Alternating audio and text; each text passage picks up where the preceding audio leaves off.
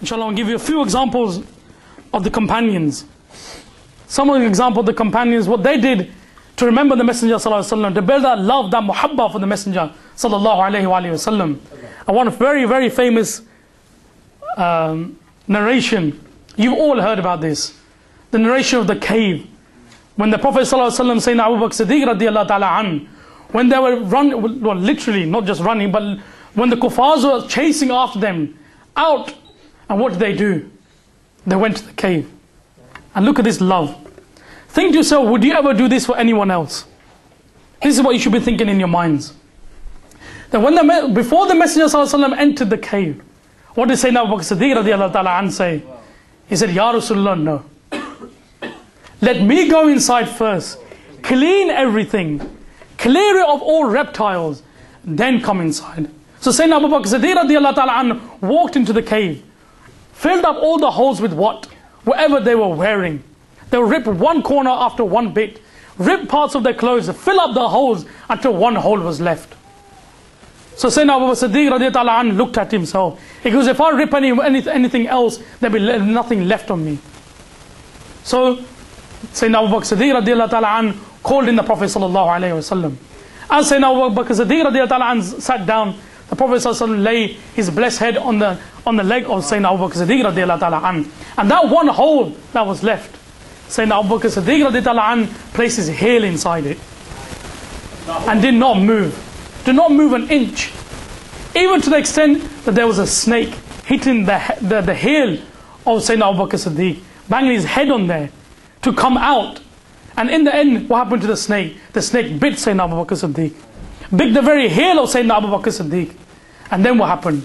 If that was any of us, we would scream. We would jump up and down in agony and pain. But Sayyidina Abu Bakr Siddique radiallahu ta'ala an did not do so. Why? Because he had the Messenger sallallahu alaihi wasallam in his lap. The blessed head was on the lap of Sayyidina Abu Bakr Siddique. Because of love and ishq, he did not want to disturb the Messenger. But in the end, what happened? Tears started flowing from the very blessed face of Sayyidina Abu Bakr Siddique until one teardrop fell on the face of the Messenger sallallahu alaihi wasallam. And when it fell on the blessed face of the Messenger sallallahu alaihi wasallam, the Messenger woke up.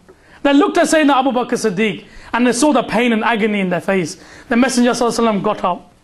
Again, ilm al-ghaib comes into action again. The Messenger ﷺ knew straight away what had happened. They took out the foot of Sayyidina Abu Bakr Siddique.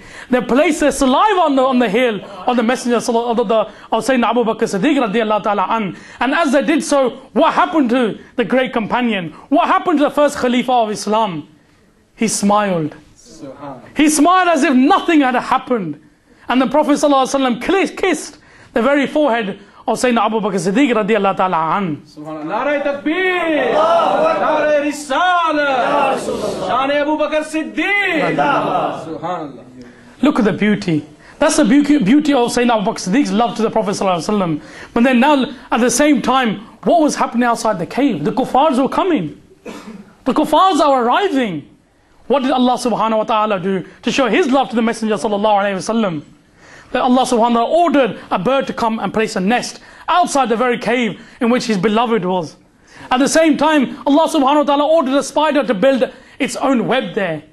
So when the kuffars came, they looked inside, thought nobody can go through this.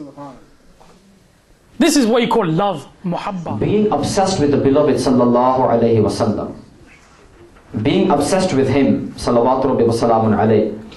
The narration that Qibla Allama Sahib gave about Sayyidina Shaykhul Islam, Afdalul Bashar Ba'd al-Anbiya bi-Tahqiq, Sayyidina wa Mawlana Abu Bakr Siddique ibn Abi Quhafa radiyallahu anhu arda, who is not only the companion of the Prophet sallallahu alaihi wasallam in his hayat, but also in his mamat. And also on the day of Qiyamah, he will walk into Jannah with Rasulullah sallallahu alaihi wasallam. When Sayyidina Abu Bakr radiyallahu anhu arda, his obsession was as such, he was so involved in the love of the Prophet sallallahu alaihi wasallam, that you know the day when he sat in the cave, you know, if you're sitting somewhere and a little cockroach comes and starts tickling up your leg, you start jumping up and go, what's going on here? You're going to move and you're going to fidget and you're going to, you understand? You can't sit peacefully. But where we come from in Africa, we have to live with cockroaches and ants. They become part of the household now. तो कभी-कभी इनके लिए खाना भी रख देते हैं, आओ खाओ. तो वो खाना खाएगा, मेरी टांग नहीं खाएगा आज. He'll eat food today, won't eat my leg. But there's a cockroach, a little red ant. You know when red ants, when they tickle you and they walk across you, and that area becomes inflated for a little while, and it can become infectious and so on and so forth. But you know those doctors who deal with animals and ants and insects and so on and so forth. Inka कहना है, they say that the most dangerous of insects, although the creatures that bite, is the scorpion. Is the scorpion. But even more dangerous than that is a snake. Why? Because if a scorpion bites you, then it takes a period of time before the poison will eventually take over, and it can kill you, but there's no guarantee it will kill you.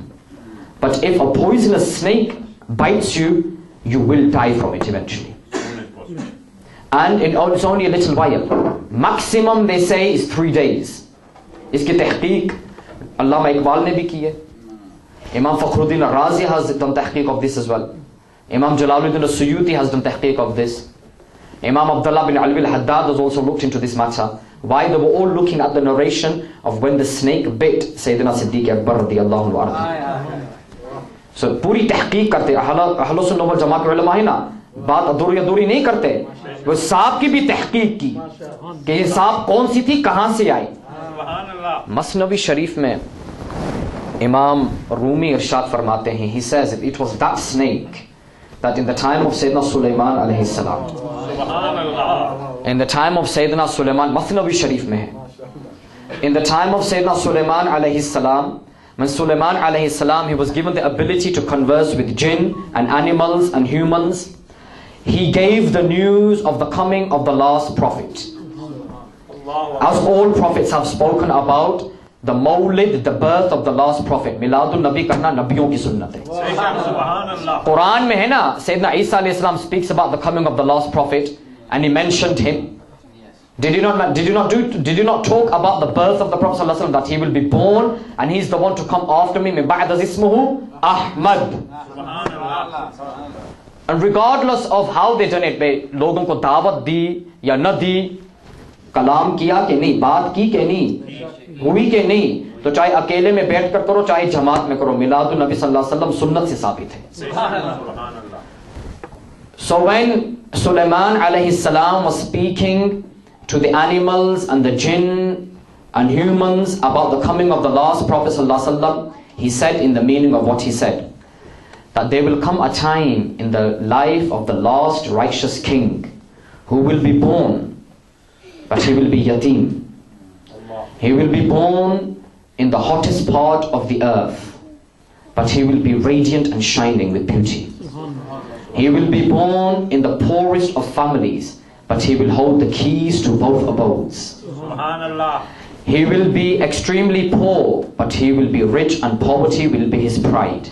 As Rasulullah himself has said, Al-Faqiri Fakhri, poverty is my pride. Dono jahan ke badshah, lekin faqiri mein zindagi guzari. He said there will come a time in his life where he will migrate from the city of his home birth, where he was born, to the city of Yathrib, which he will make munawwar, illuminate. The word munawwar, if you look at the word itself in the Arabic language, it signifies something that radiates from inside and the radiance comes outwards. You understand? Something that comes from within. As Sayyidina Abu Hurairah said about Rasulullah sallallahu alaihi wasallam, "Kashamsi tajri fi wajhihi." It was as if the sun was being issued from his face. The light came from within. From within. And whoever came across him was illuminated with him. He said he will travel, and then there will be a cave in which he is going to spend 3 days and 2 nights. But with him will be his best friend. And this friend of his will go out of his way to make sure no harm comes to my leader and liege lord and master Muhammad Rasulullah sallallahu alaihi wasallam. So this snake heard this, and it traveled from that area right up until Cave of Saur. And then the day eventually came where our liege lord and master, with Sayyidina Abu Bakr radiallahu anhu went into the cave, and Sayyidina Abu Bakr put his heel into that hole. That snake, what was it doing? It was hitting the heel repeatedly until Sayyidina Abu Bakr Siddique radiallahu anhu, he flinched slightly and his heel came out, and the snake bit the toe. The snake bit the toe of Sayyidina Abu Bakr. Yahan koi bichu ki baat nahi ho rahi. We're not talking about a little scorpion here, we're not talking about a cockroach, we're not talking about a red ant, we're talking about a snake. And the bite of a snake.